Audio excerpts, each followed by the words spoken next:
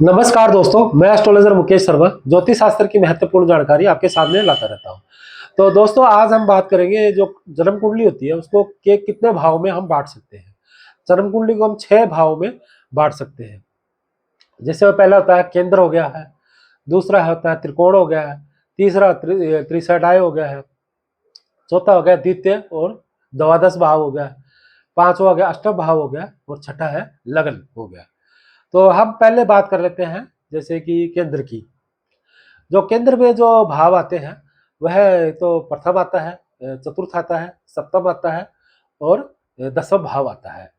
अगर इनके स्वामी ग्रह स्वामी जैसे कि शुक्र, चंद्र और बुध और बृहस्पति, अगर इनके केंद्र में इनके स्वामी ग्रह जो होते हैं वो केंद्र होने के कारण इनका जो ग्रह जो फल देते हैं वह पाप फल देते हैं।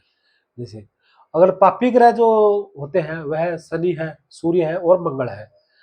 तो केंद्र में अगर ये हो तो ये फल मतलब सुफल देंगे। जैसे होता है क्योंकि इनको केंद्र का दोष लग जाता है। जैसे क्योंकि अगर ये जो शुभ ग्रह है वह पाप फल देने देंगे, अगर पापी ग्रह है तो वह शुभ फल देंगे केंद्र में जो ग्रह होते हैं।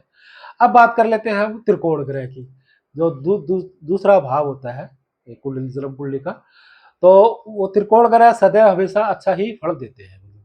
सदा ही अच्छा फल देंगे, ना बुरा देंगे ना अच्छा देंगे, लेकिन बहुत बढ़िया फल देंगे। और अगर इनके भाव में अगर केंद्र इनके जो लगन में अगर त्रिकोण के जो त्रिकोण ग्रह है उसमें अगर अष्टम आ जाए, थोड़ा पाप तत्व आ जाता है। जैसे पाप तत्व मतलब आ जाता है। अब बात कर लेते हैं त्रिशादाय योग की। त्रिशादाय योग जन्म कुंडली के जो तीसरा भाव है उसमें जो आता है वह आता है तृतीय आता है, और छठा भाव आता है और एकादश भाव आता है। और ये तीनों जो भाव होते हैं ये पापी ग्रह होते हैं, ये मतलब पापी भाव होते हैं। इनमें अगर अपनी स्वयं राशि में भी बैठे हैं तब ये थोड़ा सा पाप से मुक्त हो जाते हैं, तो अपना फल ना पाप नहीं कर देते। अब बात कर लेते हैं हम जैसे कि द्वादश भाव और इनका द्वितीय भाव की। जो द्वितीय और द्वादश भाव होता है वह ना तो पापी होते हैं ना हमें शुभ होते हैं, क्योंकि जो सूर्य और चंद्रमा है ये एक एक राशि के स्वामी है, और बाकी से जो जो राशि है वह उनके दो दो स्वामी होते हैं। और सूर्य और चंद्रमा अपने जिस भाव में होते हैं, अगर ये द्वितीय और द्वादश भाव जिसमें भाव में और भी ग्रह बैठे होते हैं वैसा ही फल देने लग जाएंगे। अब बात कर लेते हैं अष्टम भाव की। अष्टम भाव होता है सदैव ही बहुत ज्यादा खराब होता है। वो किसी भी भाव में बैठ जाए वो अपना फल है ना बुरा ही देता है। मतलब उसके काफी दुर्घटना भी हो सकती है, अकाल मृत्यु भी हो सकती है, मतलब जातक के बहुत ज्यादा समस्या आती है जो अष्टम भाव होता है।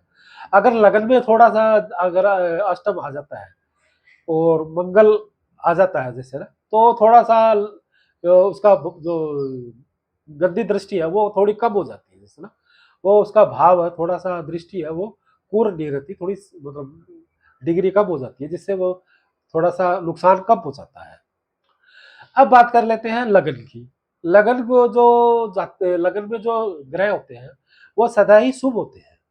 मतलब जो लगन में जो ग्रह होते हैं ना वो सदा ही शुभ होते हैं, क्योंकि जो लग्नेश में जो भी कोई ग्रह आते हैं, अगर कोई भी हो जैसे लगन में बैठा है तो उसको बहुत ज्यादा पावर मिलती है।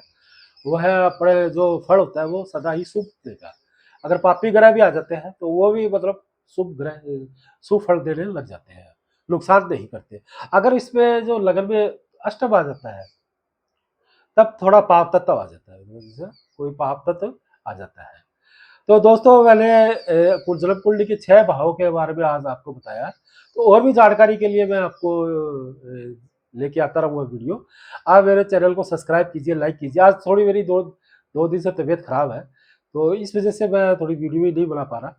तो मैं आपके लिए बहुत अच्छी-सी जानकारी लाऊँगा। अगर आपकी कोई समस्या है, जैसे कि नौकरी है, कारोबार है, विदेश यात्रा है, जैसे कि मैरिज में रुकावट है या मैरिज होकर के टूट गई है, कोर्ट केस है, लव प्रॉब्लम है या कोई भी और भी समस्या है, जैसे ए टू जेड समस्या है, तो आप मेरे से संपर्क कर सकते हैं। मैं आपका अच्छा मार्गदर्शन करूँगा और आपको बहुत बढ़िया गाइड करूँगा। आप मेरे से तुरंत संपर्क करें। और नमस्कार।